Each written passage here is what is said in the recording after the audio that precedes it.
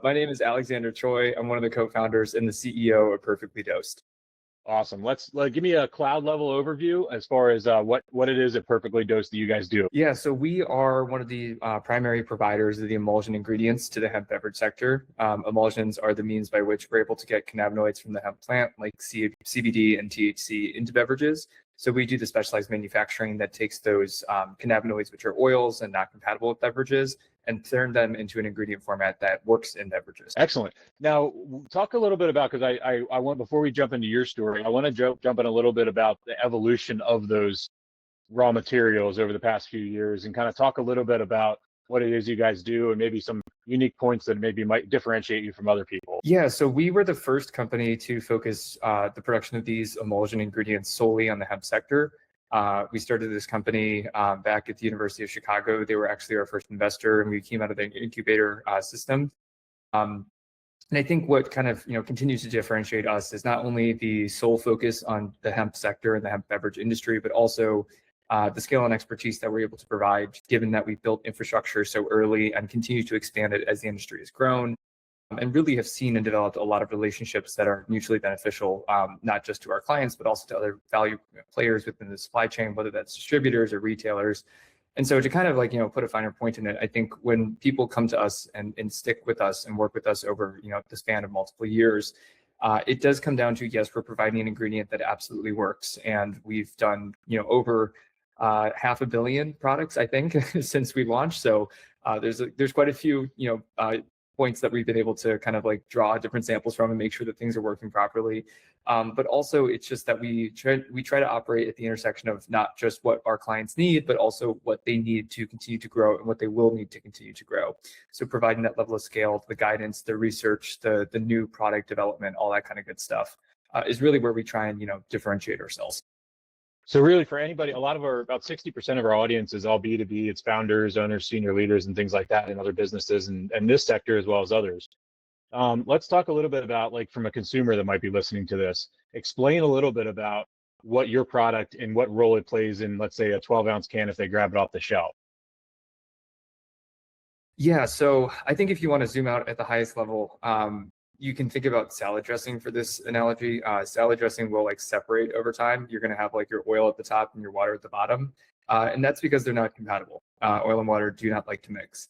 THC, CBD, other cannabinoids from the hemp plant are also oils, and your drinks are mostly water, the ones that you're pulling off the shelf.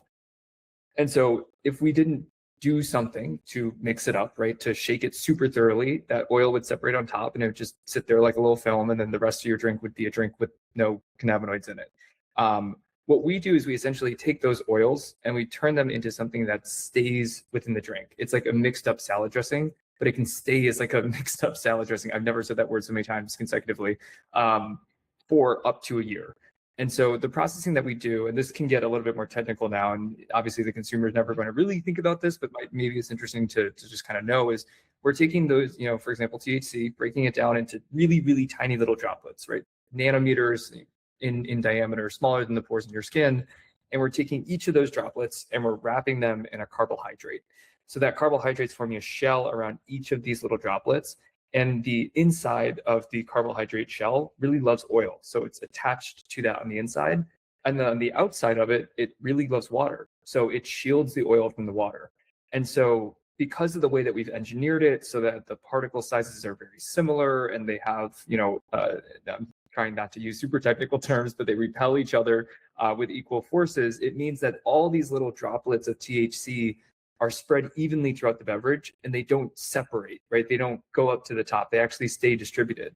So that means when the consumer actually has the can, they're having an equal amount of these microscopic drops in every single sip. So you're having, that's why, when you have a 10 milligram can, by the time you get to the bottom, it's 10 milligrams, but you're not having all 10 at the beginning or all 10 at the end. It's spread evenly throughout.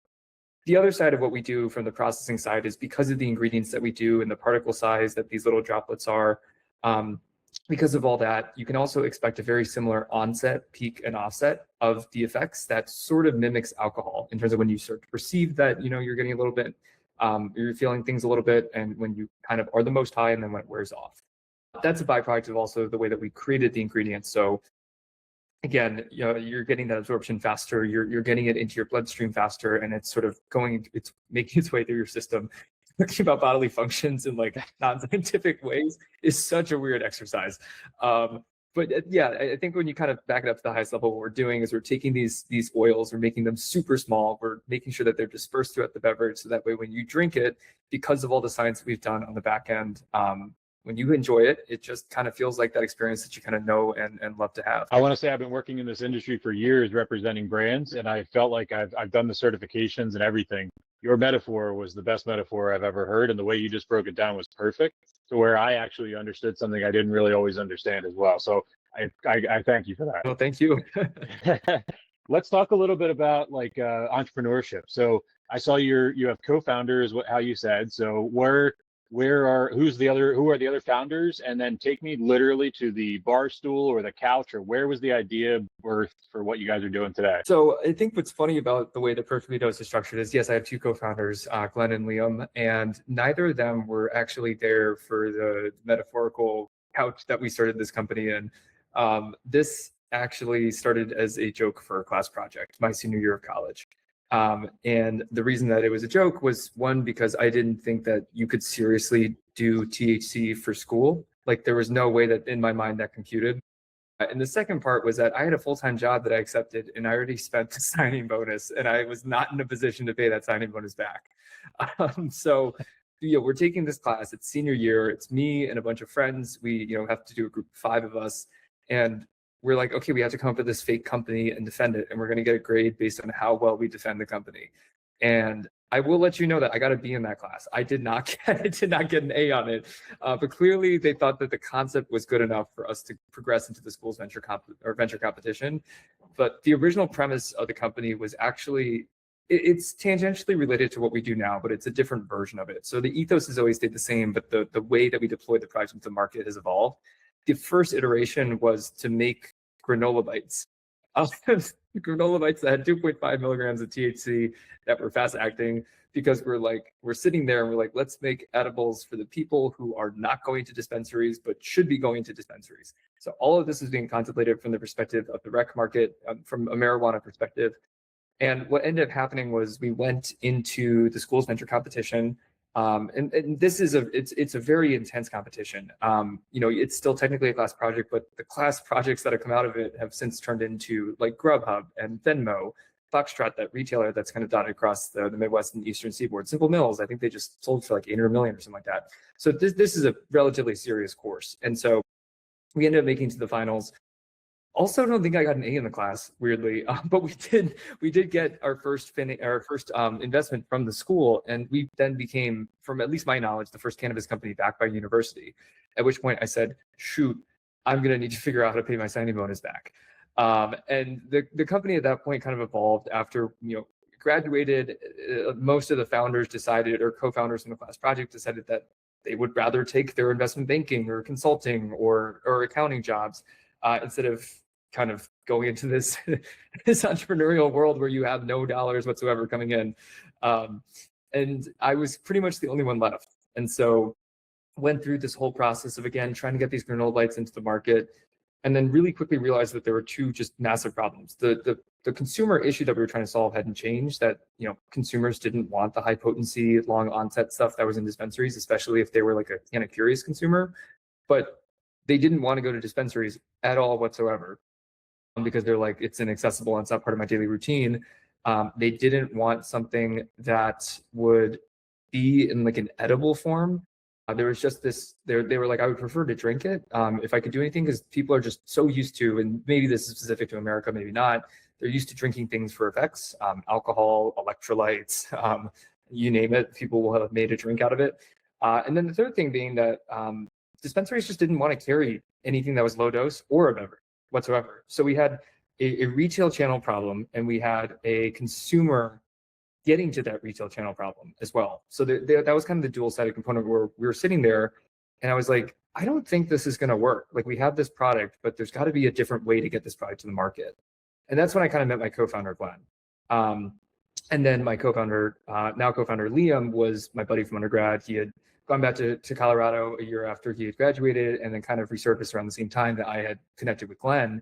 And it was kind of this perfect storm of things where I'm talking to Glenn. Glenn has identified that there's this awesome opportunity that's emerging in Minnesota, and he's really confident he can protect that market over there.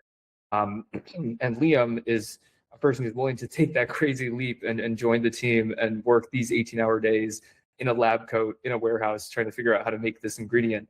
And so at the time, this sounds so silly because we're like two teeny tiny companies that are barely, generating revenue, and we decide to merge. But I actually decided to acquire Glenn's company called Perfectly Dosed that was making these emulsions, but wasn't focused on the rec market, was solely focused on the hemp market. And so I know this is like very nebulous and like kind of winding, but basically what happens is all of this stuff happens, right? I'm having a terrible time trying to figure out how to get the product into the market. And all of a sudden, there's a person who wants to help and join the team. And there's a person who developed a route to the market that I hadn't previously thought was a viable one, which is this hemp path, and specifically through Minnesota. So what happens is then I agree to merge our two very small non-revenue generating startups, rename it Perfectly Dosed, which I will now admit is a better name than my company's original name. And kind of go forward with this concept of it's all or nothing. If we can build something fast enough that there's adoption in the brewing industry, in the Minnesota market and what have you, then we have a real shot at actually, and this is going to sound kind of crazy, but asking for forgiveness and not permission to legalize THC as quickly as possible across the US in the format of drinks. So we merge. Glenn decides to spend most of his life in Minnesota testifying in front of the state house and Senate. And I think he testified like 23, 24 times. He Wow. lived in the Capitol. This is an amazing helped story, to by the way. create Keep going. that. Yeah. No, helped to create that first iteration of the comprehensive legislation that allowed for THC beverages to be sold wherever liquor was sold or alcohol was licensed to be sold in the state of Minnesota. Developed a regulatory framework, licensure, all of these things. And he used to be the chief compliance officer of a publicly traded marijuana company. So brought all that experience with him. And we're like, okay, I think we can do this again in multiple states. Since that point, that was 2.5, 3 years ago, maybe approaching 4 years ago now. Jesus. And Glenn has been able to work in 28 states across the US, influencing legislation, either blocking bans or implementing regulations or actually installing comprehensive regulations and frameworks in place. And throughout that period, what we've always been focused on is how do we get THC products that are accessible into consumers' hands in a way that they find comfortable, whether that's the format that they consume it, the retail channel that they buy it in. That's always been the holistic vision of the business, which is let's get the THC out there in the form of hemp products based on what we kind of beta tested in Minnesota and bring that nationwide. Obviously, it's not without setbacks, right? We're in the middle of something federally, which is not the most awesome position to be in. There's a lot of states that have patchwork regulations, but I would like to think that, a lot of what we've been able to do is influence the way that people approach THC, approach low dose products, don't think it needs to be super high dose, and can see it, or not conditioned, but are literally comfortable, I guess, seeing it in a traditional retail channel and not in its own, alien form of a dispensary, which most everyday American consumers still, for whatever reason, find a little bit scary. So I think that kind of answers the question. That was a little bit, of how we are. No, that was perfect. And honestly, you couldn't have gone a better direction in it, because I wanted to talk, and you already just did, about how important the regulation is and having proper legislation for even existing in the industry and being able to scale and invest and not wake up every morning wondering if your bank account's going to get seized up. And I think that's where people I think the regular day consumer doesn't think about that factor. And, for me in this show, a lot of people have heard me talk about the craft beer boom from 2008, 2010 up to like 2016. And everybody's like, yeah, it was so big, it was so scaled. I said, imagine if there was no bank funding or great insurance opportunities for you. Imagine what that industry would be able to do. And everybody's like, well, we wouldn't be able to do anything. And I'm like, that's the potential. You're already seeing a bigger swell by hemp beverages across the country than we did in craft beer. Yet there is not a good pathway for that for a lot of people. And I think that's what's getting the consumers to wake up. Yeah. And to hear your passion. And one of the biggest things I talk about is, working 21 years in the alcohol industry, this product, these hemp beverages, when done properly under the guidance of the associations and self-regulation, are the most transparent adult beverage on the shelf. So if we want to live in a world where we want to question everybody and we want to know what's going into our body, which is a world we're going into and we already are in, this is the avenue. And I'm speaking as somebody who represents alcohol brands and has spent my life in this career. It's not a bash of one's better than the other, one's not. That's not what this is.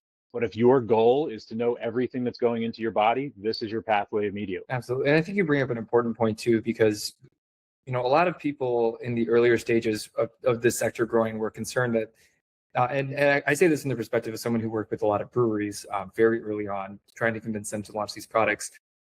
We've never viewed this as a competitive product category to alcohol. We've never wanted that, this category to take away shelf space or to drive consumers away from purchasing alcohol. The ethos behind why we wanted breweries to start, well, obviously they're politically important, but they're also seasoned operators. They understand how to make beverages quickly, they know how to do them safely, and they know how to reach consumers with their branding and marketing.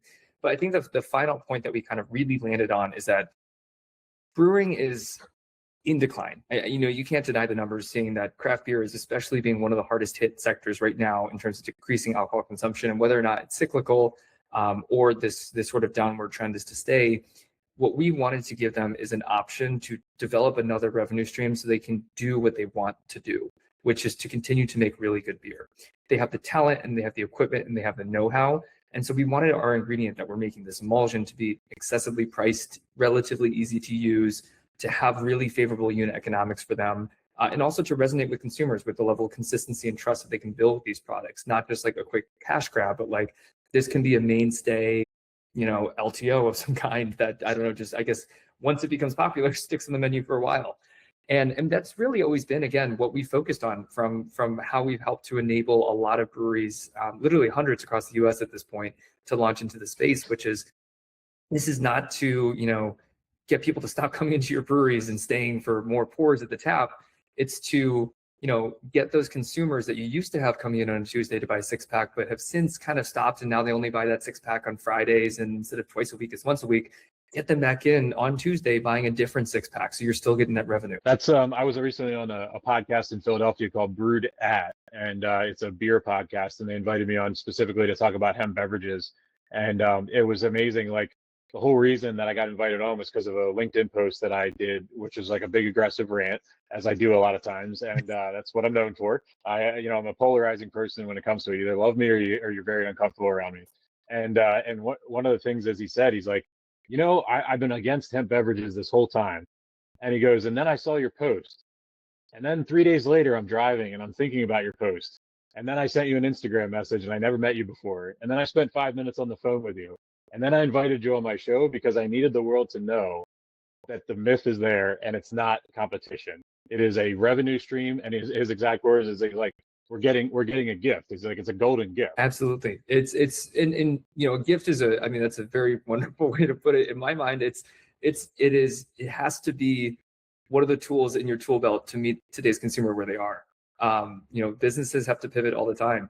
And I can go on and on about how, there are potentially benefits to consumers, consuming less alcohol or more alcohol or more THC or whatever you want to call it for various reasons. But I think at the baseline, what we're doing is not focused on whether or not we can try and get as many people high or anything like that. We're talking about just continuing to assist in product innovation within the greater beverage sector. That's what we set out to do. And that's what we hope that all of our customers are kind of looking at this as well.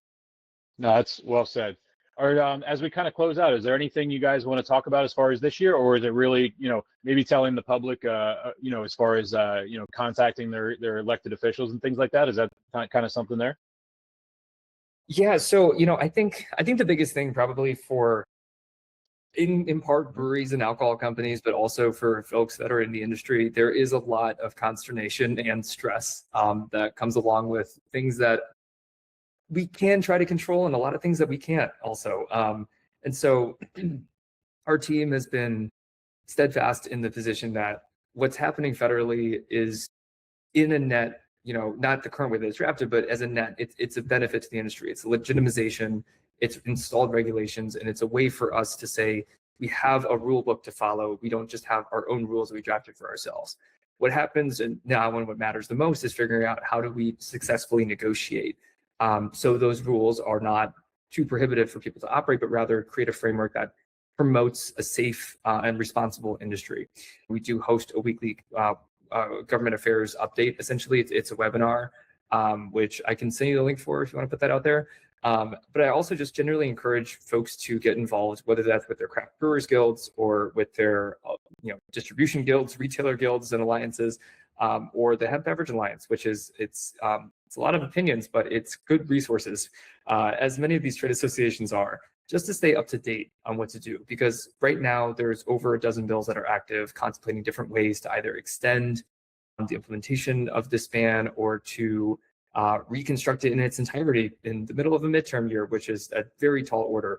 And so it's just mainly staying on top of it, right? Making sure that you're not letting it fall by the wayside. You're not letting it, letting yourself think that someone else is handling it, so you have to worry about it. Just making sure that you're staying informed. But the bigger thing to remember while you're doing that too is also to watch the roller coaster and to not ride it, because it can be very stressful if you take every up and down that comes in this sort of bumpy ride as the new normal. Just kind of take in information, make sure that you're steadfast, and then when there's a call to action that comes from an alliance or a group of companies that operate within the space that are known to be reputable players, ask how you can help. No, that's perfect. And the last thing we want to ask you is, just like we saw with craft beer surging, we're going to see a lot of new brands coming out once all this stuff, and I say once, not if, everything kind of settles in, regulations get set in place. What is some advice? And actually, I used to be able to say, what's some advice from young up and comers? And that's not really the case, because we're going to see people that are 60 that are going to start a hemp beverage brand. We're going to see people that are 40 starting brands.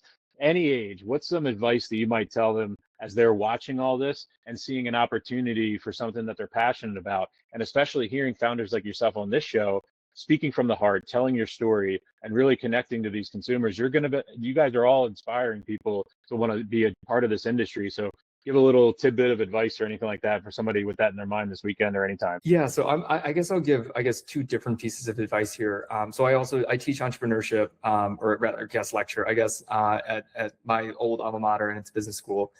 And what I always tell people, at least a lot of the students who are developing companies, is prepare for your job to be pretty boring. If you're doing it properly, there's going to be a ton of administrative work, and there's going to be a lot of paperwork, and you're going to sit there pouring through your spreadsheets and your balance sheets and reconciling your transactions, and you're going to go, I did not think entrepreneurship was this. I thought it was exciting. And it was like the movie, like The Social Network or something like that. But if you're doing it properly, build a clean operation where you have visibility and everything's well documented. That's like a practical piece of information for if you're thinking about entrepreneurship and you haven't done it before. For getting into this category, I think the biggest thing is to make a product that resonates with something that's personal to you. And I know that's a bit of a cliche piece of advice, but what you see out there with so many brands, even now today, is that there's a lot that are not taking advantage of the fact that it's sort of greener pastures right now, and people don't really know what sells and doesn't sell. And so there's a lot of different products making its way into a set. But consumers, never underestimate the consumer in whether or not they will actually care about your brand ethos and the taste of the product, the colors of it, the logos, all the merch and the lifestyle that you sort of build around the product that you're making. And so you can't do that if you're not authentic to a vision that only you think is unique to yourself, that you want to share with other people. And so when you're building the brand, don't try and think of like the perfect person out there and what you would try and make for them to sell the most product. Think about what's most authentic to yourself and ask yourself if that will resonate with other people. And if it does, then you probably have a really good product. Perfect. Well, Alexander, I really appreciate you taking the time, and I have to close out every episode with this and publicly thank you for coming on a show with no questions, no prep. Everybody, to remind everybody, this is two strangers connecting. We've never shaken hands or went to a coffee shop together, and I want to thank you for that, because there's a courage in that. And you spoke from the heart about authenticity, and that's exactly what you showed us today in action.